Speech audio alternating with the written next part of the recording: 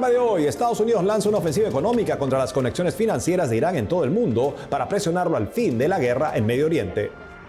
Irán intenta minimizar los efectos de las sanciones estadounidenses mientras sus socios comerciales, principalmente China, se oponen a medidas unilaterales y buscarán dialogar con Estados Unidos. Intensas lluvias en Venezuela inundan Caracas y alrededores. Hay al menos 6 desaparecidos y decenas de viviendas dañadas. Próximos al viaje del Papa a Sudamérica, profundizamos en las realidades y desafíos que el Santo Padre encontrará en las naciones que visitará, como el Perú, que lucha contra la pobreza, que tiene a 1 de cada 4 ciudadanos sin poder cubrir necesidades básicas según la estadística oficial. La Iglesia en Argentina realiza una jornada para visibilizar el caso de niños y adolescentes en situación de vulnerabilidad y promover el compromiso ciudadano en su protección. Hola amigos, qué gusto saludarlos en su programa de noticias con enfoque católico EWTN Noticias. Soy Eddie Rodríguez Morel. Empezamos las noticias en Medio Oriente, donde se eleva la tensión tras el anuncio de nuevas sanciones a Irán por parte de Estados Unidos, en una medida que el presidente Donald Trump llama el Día D económico, haciendo referencia a la fecha del histórico desembarco de Normandía, que marcó el inicio del fin de la ocupación nazi en Europa. ¿Qué implican estas directivas para Irán y otros países del mundo en la búsqueda de Estados Unidos de terminar con una guerra con graves consecuencias en cuanto a vidas y pérdidas económicas globales, que empezó con el objetivo de desarmar nuclearmente Irán? Nuestra corresponsal Paola Flynn nos da el detalle. Estados Unidos anuncia nuevas sanciones a Irán en una medida que el presidente Donald Trump ha llamado el Día D económico, haciendo referencia a la fecha del histórico desembarco de Normandía, que marcó el fin de la ocupación nazi en Europa. El secretario del Tesoro, Scott Bessent, anunció un plan de sanciones para aquellos países que comercien con Irán. Nuestro objetivo es cortar todos los hilos económicos que sostienen a este régimen tiránico hasta que Teherán se quede solo. Esta medida de presión económica afectará a países como China, el socio comercial más grande de Teherán y el principal comprador de petróleo iraní. Otros mercados asiáticos, además de Irak y los Emiratos Árabes Unidos, concentran buena parte de las exportaciones iraníes, mientras que sus importaciones provienen sobre todo de Emiratos, China, Turquía, India y Alemania. Quienes se mantengan del lado de Estados Unidos cosecharán los frutos de nuestra colaboración. Quienes se vinculen al régimen iraní deberán esperar padecer el aislamiento de un régimen en decadencia. Estas declaraciones suceden en el marco de un fuerte deterioro de la economía iraní. La moneda del país, en rial, se cayó este lunes a un mínimo histórico, más de 2 millones de riales por dólar estadounidense en el mercado libre, lo cual implica un encarecimiento de las importaciones y un abaratamiento de las exportaciones. El responsable de seguridad iraní, Mohsen Rezaei, advirtió que Teherán responderá de manera sísmica y podría cortar por completo las exportaciones petroleras del Golfo Pérsico. El secretario del Tesoro estadounidense envió un mensaje a las fuerzas iraníes. A los soldados que apoyan este régimen, a medida que se retrasen cada vez más sus salarios, supuestamente por motivos de gestión, pregúntense si sus mandos están llevando a su país al triunfo o a la ruina. Y recuerden que el muro de Berlín cayó cuando los soldados decidieron no disparar contra su propio pueblo. Y aquellos que respaldan a Teherán, no subestimen el precio que supone poner a prueba la resolución de Washington. En su mensaje invitó a las naciones a decidir, y cito, entre América o Irán, entre el aislamiento o la prosperidad. En la Casa Blanca, Paola Flynn, EWTN Noticias. Ahora veamos cómo reaccionó Irán a las sanciones económicas de Estados Unidos. Los iraníes hicieron largas colas en los surtidores de Teherán este martes, mientras el país enfrenta una escasez de combustible en medio de la presión económica de Estados Unidos. Las gasolineras están abarrotadas. Cada día el desequilibrio entre oferta y demanda de combustible está subiendo. Nuestro país no tiene ningún plan para la gasolina. Irán, un país petrolero, está produciendo menos combustible del que consume, con un déficit diario de al menos 14 millones de litros al día, según las autoridades. El lunes, antes del anuncio de las nuevas sanciones estadounidenses, el rial, la moneda iraní, ya había caído a un mínimo histórico. 2,02 millones de riales valían $1. Esto está reduciendo la comida en las mesas de la gente. Las autoridades dicen que no tiene impacto, pero ¿cómo es eso posible? Estamos sintiendo el efecto en nuestras vidas. En televisión estatal, el gobierno trató de minimizar el impacto económico de las sanciones. El gobierno tiene un plan de 2 años y está totalmente preparado. Estas sanciones no son nuevas para nosotros. Que lo intenten una vez más. Verán que no tendrán éxito. También deberían esperar un ataque de nuestra parte. El gobierno de Trump ha amenazado con imponer sanciones a los países que negocien con Irán. China, uno de los importadores clave del petróleo iraní, se pronunció. China se opone firmemente a las sanciones unilaterales ilegales y que no han sido autorizadas por el Consejo de Seguridad de la ONU. La tarea más urgente es volver al camino del diálogo y las negociaciones lo antes posible. China tomará todas las medidas necesarias para salvaguardar decididamente sus derechos e intereses. La semana pasada, los Emiratos Árabes suspendieron todo comercio con Irán. Pakistán, que firmó el Pacto de la Meca con Turquía y Arabia Saudita para protegerse entre ellos, envió al jefe de su ejército el lunes a Irán para mediar una solución con Estados Unidos. Este martes, el canciller de Omán viajó a Irán para hablar sobre el estrecho de Hormuz. Por otro lado, desde este lunes, Siria quedó fuera de la lista de países patrocinadores del terrorismo promovida por Estados Unidos. Associated Press reporta que el gobierno de Donald Trump tomó esta decisión tras la conclusión del periodo de revisión de 45 días por parte del Congreso estadounidense y como parte del acercamiento entre Washington y el gobierno del presidente sirio Ahmed al-Sharaa. El secretario de Estado Marco Rubio autorizó formalmente la eliminación de la designación y señaló que la decisión reconoce las acciones y los compromisos asumidos por el actual gobierno sirio. Siria permaneció en la lista estadounidense durante 47 años, una clasificación que conllevaba restricciones a la ayuda exterior, las exportaciones relacionadas con la defensa y ciertas transacciones financieras. Su eliminación reduce uno de los principales obstáculos legales para atraer inversiones y para la reintegración de Siria en el sistema financiero internacional. El secretario de Relaciones con los Estados del Vaticano, arzobispo Paul Gallagher, fue recibido este miércoles por el ministro de Asuntos Exteriores ruso, Sergei Lavrov, en Moscú. El alto representante de la diplomacia vaticana así inicia una visita de 4 días en Rusia para promover el diálogo y una solución para el fin de la guerra con Ucrania, informa Vatican News. Tras este encuentro, Gallagher se reunió con el presidente del Departamento de Relaciones Eclesiásticas Exteriores del Patriarcado de Moscú. Monseñor Gallagher también visitará la comunidad católica local, que es una minoría geográficamente dispersa en el extenso territorio. El clérigo diplomático del Vaticano presidió una misa en la Catedral de la Inmaculada Concepción. Antes de llegar a Rusia, el representante de la Santa Sede estuvo en Kiev, donde se reunió con el presidente ucraniano Volodymyr Zelensky, quien expresó en redes sociales la importancia de la presencia del arzobispo Gallagher en nombre del Papa como testigo de los peligros y el sufrimiento que atraviesan los ucranianos.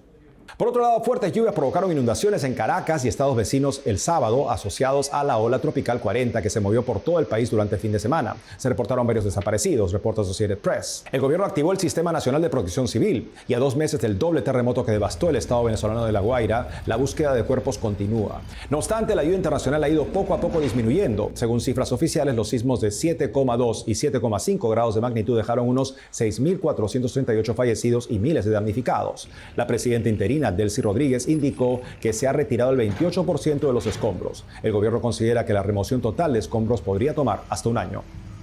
Faltan 73 días para que el Papa León XIV llegue a Sudamérica, una gira apostólica que incluye Uruguay, Argentina y Perú. En común, estas 3 naciones tienen a sus gobiernos luchando contra la pobreza, una realidad que el Santo Padre conoce de cerca en Perú, donde desarrolló buena parte de su misión pastoral. Según la estadística oficial, en 2025, 1 de cada 4 peruanos no puede financiar una canasta básica de bienes y servicios. Natalie Paredes entrevistó a Manuel Huapaya, secretario general de Cáritas del Perú, organización que coopera con la satisfacción de las necesidades básicas de familias de escasos recursos en distintas regiones del país, a las que el Estado no llega.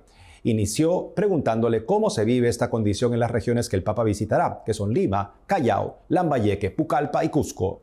Sí, es muy cierto lo que tú dices. 1 de 4 peruanos sufre situación de extrema pobreza monetaria, sobre todo según las cifras que tenemos del mismo Estado peruano, ¿no?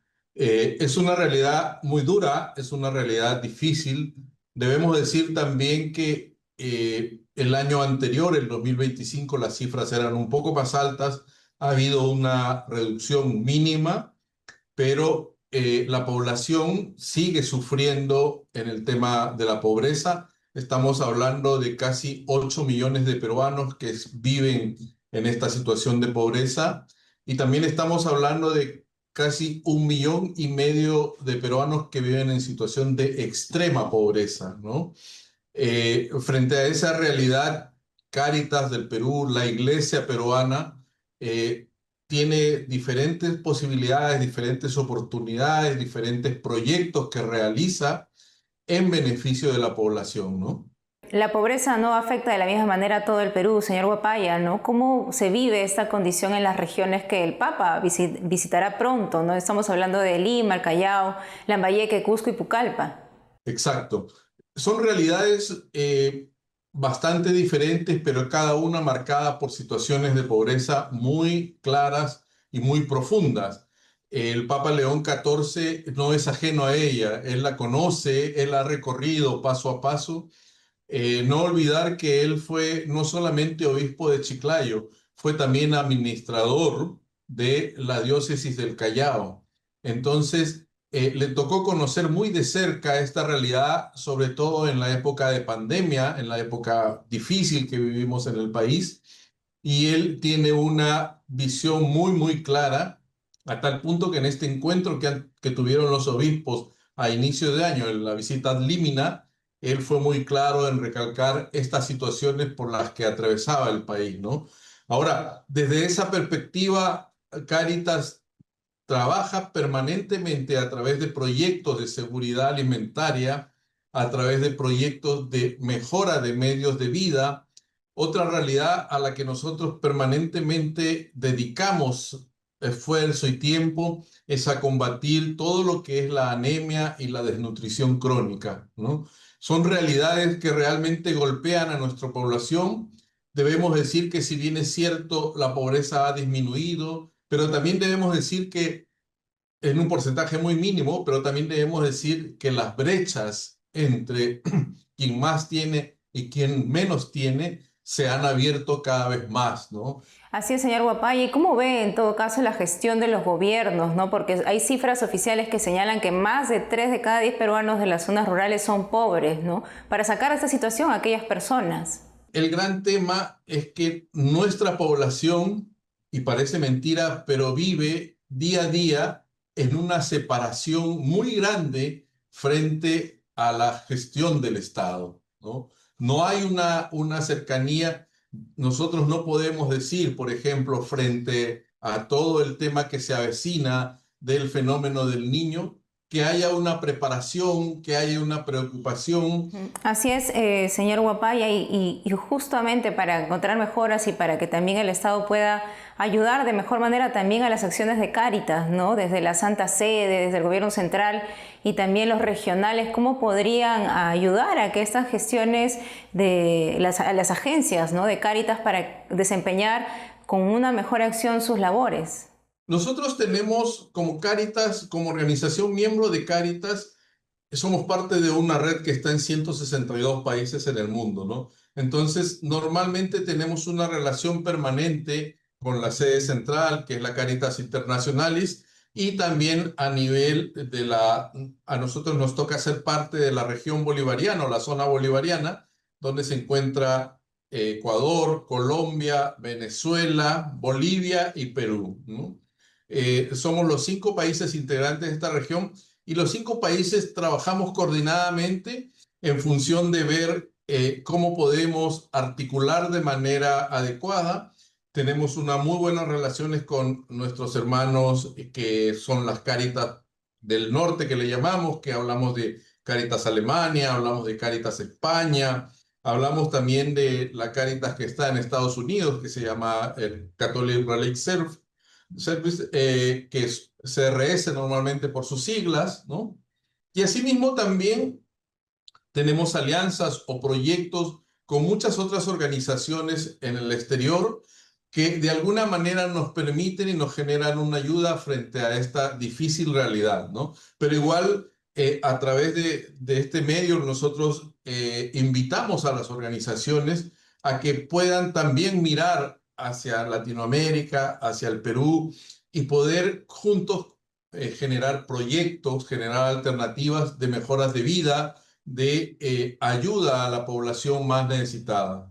Señor Manuel Huapaya, muchísimas gracias por darnos un panorama de la situación que se vive en nuestro país, ya próximos a tener la visita de nuestro Santo Padre. Gracias por la entrevista y por la labor que también realizan desde Cáritas del Perú. No, al contrario, gracias a ti, Natalie. Nosotros nos alegramos, como todos los peruanos, con la llegada del Santo Padre. Estamos felices de que Él pueda volver a visitar esta tierra, su tierra, Y queremos hacerlo de la mejor manera y queremos hacerlo con el corazón, ¿no? Antes de terminar, quisiera agradecer también mucho a la población peruana y a muchas empresas acá en el país que a través de sus donaciones, a través de sus colaboraciones en las colectas, en las campañas, han permitido que nosotros sigamos ayudando a la población, ¿no? El Perú es siempre solidario y nuestros hermanos siempre se ponen de pie ante las dificultades. Por ello, a través de este medio queremos reiterarle la gratitud a cada uno de ellos, a las empresas, e invitarlos a seguir trabajando juntos, a seguir cooperando juntos, ¿no? Y gracias a ustedes por brindarnos especialmente este espacio de tiempo. Gracias, señor Huapaya. Hacemos una pausa y al volver, ya son más de 2.600 los muertos por el ébola en la República Democrática del Congo, donde las precarias condiciones de vida amenazan con dejar fuera de control la propagación de este virus. Además, una iniciativa en Estados Unidos promueve con éxito el rezo del rosario en residencias de ancianos. Regresamos con más noticias con Enfoque Católico.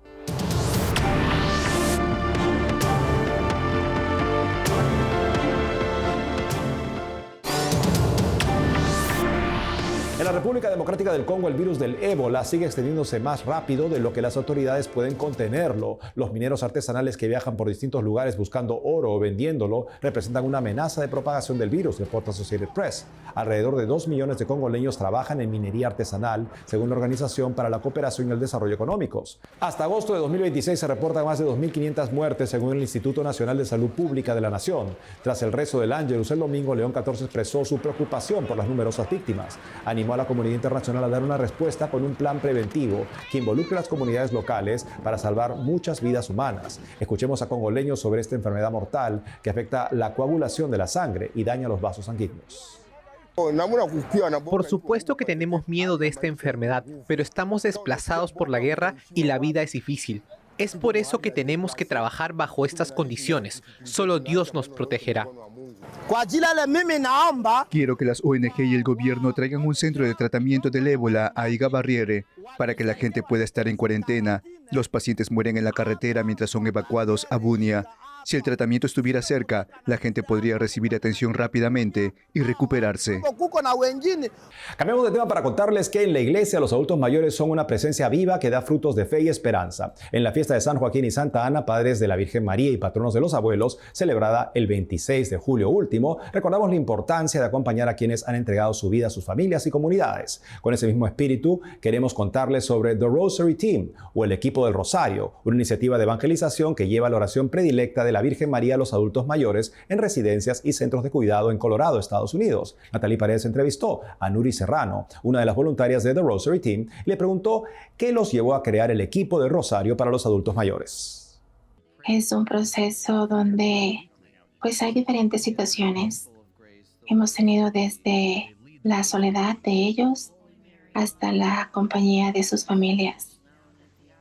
Realmente es una caridad muy bonita que hace Rosary Team, porque hay muchos adultos mayores que necesitan de nuestro Señor. Puede ser de que no lo han conocido o que se les olvide por la falta de memoria que ellos debido a su edad tienen. Y nosotros, pues, para la gloria de Dios, Él nos lleva a diferentes situaciones con ellos donde les damos a conocer la bondad y misericordia del Señor que Él tiene con cada uno de ellos, el milagro de vida que día a día viven, y pues nuestra Madre, ¿verdad? Que la Santísima Virgen María siempre está con ellos, tomando todas sus necesidades e intenciones. Así es, y muchas veces incluso la sociedad puede hacer sentir olvidados a los adultos mayores, ¿no? ¿Cómo le cambia la vida a una persona mayor cuando alguien se acerca para rezar el Santo Rosario con ella?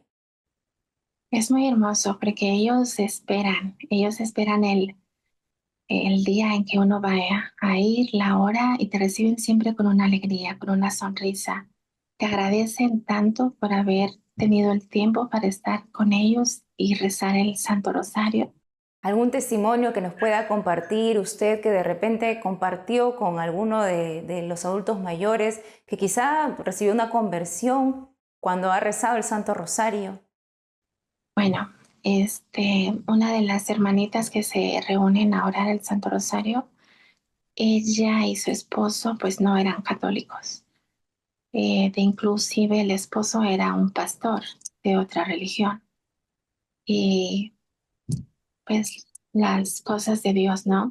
La hermana de ella es una hermana muy mayor, tiene 92 años y ella fue religiosa por mucho tiempo, mientras su hermana pues pertenecía a otra religión. Entonces, cuando nosotros llegamos a ese lugar y la conocemos a ella empieza a platicar la conversión que apenas tuvo hace unos años atrás. Y nos dimos cuenta de que ella tiene mucho entusiasmo, muchas ganas de aprender, ya ama al Señor obviamente, pero el Santo Rosario no era muy ella familiarizada con esta oración. Inclusive le hemos enseñado la coronilla de la Divina Misericordia. Entonces ella está muy encantada de haberse convertido a nuestra Santa Iglesia Católica, para la gloria de Dios. Así es, maravilloso testimonio que nos comenta Nérida Serrano.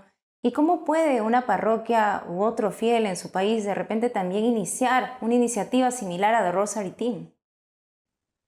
Bueno, yo creo que nada más es tener la voluntad de ir a hacer la caridad, porque pues eso es lo que el Señor nos pide, ¿verdad? Amar a nuestro prójimo como a uno mismo. Y cómo no llevar el Santo Rosario de nuestra Madre a la persona que más necesita, que son los adultos mayores, por las situaciones diferentes que ellos viven. Entonces, nosotros podemos aprender si lo queremos hacer. Todo se puede hacer si Dios así lo permite. Muy cierto, Nérida Serrano. Y San Pío de Pietrelcina decía que el Santo Rosario es un arma poderosa. Y lo vemos ahora en esta iniciativa tan hermosa que ustedes también tienen y nos acerca muchísimo más a Jesús. Nérida Serrano, muchísimas gracias por la entrevista y felicitaciones por esta gran labor que realizan. Muchas gracias. Gracias a Dios. Bendiciones. De Estados Unidos nos vamos a Argentina con una campaña para hacer visible la realidad de niños y adolescentes en contextos de vulnerabilidad y promover una comunidad comprometida con su cuidado y protección. Nuestra corresponsal Matías Boca nos cuenta.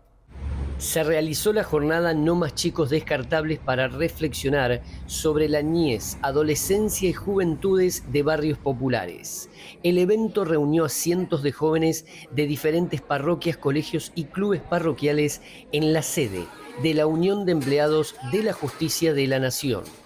Hubo muestras artísticas, bailes y también los jóvenes compartieron sus vivencias, encuentros y el camino parroquial que han realizado.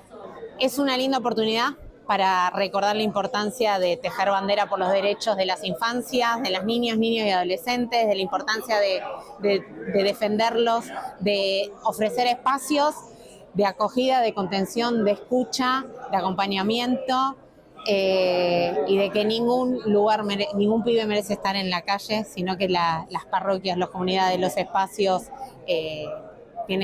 tenemos la obligación y el compromiso con la sociedad y con el Evangelio de acogerlos y de acompañarlos en el crecimiento.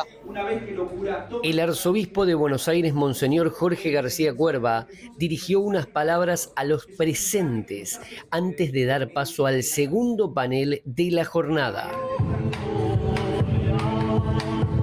Con la actuación de una orquesta y los abanderados de colegios parroquiales de barrios populares y la entonación del himno nacional, los jóvenes compartieron una jornada de pertenencia e inclusión.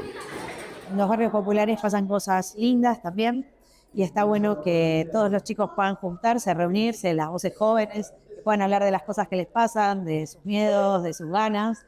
Y poder, en este encuentro, darnos con chicos de otros barrios y compartir, en nuestro caso, lo que nosotros hacemos, que es la música. Hoy tocamos el himno para poder abrir todo el evento. Entre abrazos, miradas comprometidas y banderas en alto, los presentes comenzaron a palpitar con fuerza la llegada del Papa León XIV a la República Argentina. La visita del Papa León es un empujón de esperanza, es una energía renovadora. Es una mano en el hombro que nos sigue empujando a todos los que de alguna manera vemos que hay mucha luz posible de hacer brillar en los barrios populares. En este espacio, cada testimonio compartido encendió una llama de consuelo y comunidad, recordando que ninguna vida es prescindible y que el amor compartido es capaz de transformar las realidades más difíciles. 10 años han pasado de aquel primer encuentro de No Más Chicos Descartables.